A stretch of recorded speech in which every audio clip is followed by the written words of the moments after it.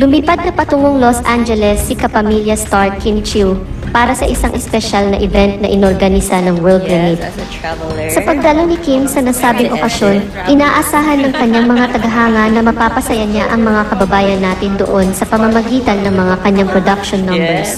Ngunit sa kabila ng kanyang mga professional na gawain at mga pagtatanghal, tila wala pa rin siyang ibinabahaging mga personal na sandali kasama ang kanyang kasintahang si Chen Lim sa kanyang mga social media stories.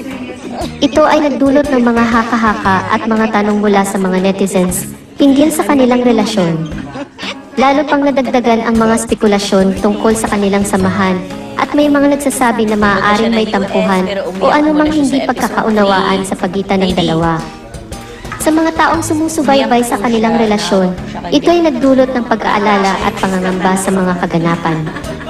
Subalit mahalaga rin na tandaan na ang personal na buhay ng mga artista ay kani-kanilang pribado at maaaring may mga oras na hindi nila ibinabahagi ito sa publiko. Sa ngayon, wala pang opisyal na pahayag mula kina Kim Chiu at Sian Lim hinggil sa mga isyong ito, kaya't ito ay nananatiling mga haka-haka lamang.